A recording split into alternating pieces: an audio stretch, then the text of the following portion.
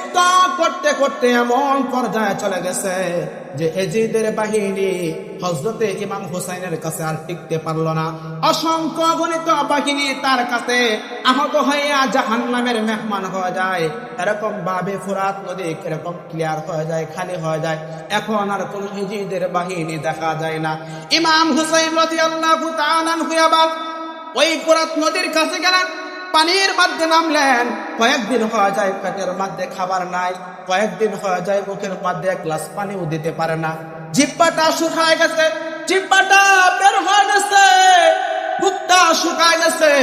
একটু পানি মুখের মধ্যে দেওয়ার জন্য যখন পানির মধ্যে নিলেন, পানিটা এরকম হাতের মধ্যে নিলেন, হাতের মধ্যে নেওয়ার সঙ্গে সঙ্গে কলিজার টুকরা সন্তানের কথা স্মরণ হয়ে গেছে। আমার এই সন্তান কিছুক্ষণ আগে একটু পানির জন্য জীবন দিছে, আমার সন্তানকে আমি পানি দিতে পারি না, আমার সন্তান মৃত্যুবরণ করেছে।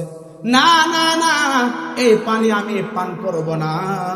এই কথা বলেন ইমাম হুসাইন রাদিয়াল্লাহু তাআলা পানি থেকে উঠে নদীর কিনারায় এসে দাঁড়ায় গেলেন।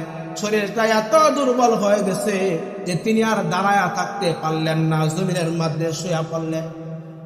জমিনের মধ্যে শুয়ে পড়ার সঙ্গে সঙ্গে এজিদের বাহিনী যখন দেখলো ইমাম হুসাইন মাটির মধ্যে ঘোরাঘুরি করতেছে, এমন সময় ওই হায়দার দল এসে ইমাম হুসাইনকে এমন ভাবে কুকুরের মতো পাকড়াও করে ধরছে যে ইমাম হুসাইন সেখান থেকে বাঁচার আর সুযোগ পাইল না। ইমাম হুসাইন মাটির মধ্যে শুয়ে আছে, এজিদের বাহিনী তার শরীরের মধ্যে উঠে বসছে, বুকের মধ্যে উঠে বসছে। ইমাম হুসাইন ডাক দেয়া বলে, তোমরা কার বুকের মধ্যে উঠছো? আমি তো ওই পয়গম্বরের নাতি, যেই পয়গম্বর রাত দিন 24 ঘন্টা আমাকে এত মহব্বত করতো।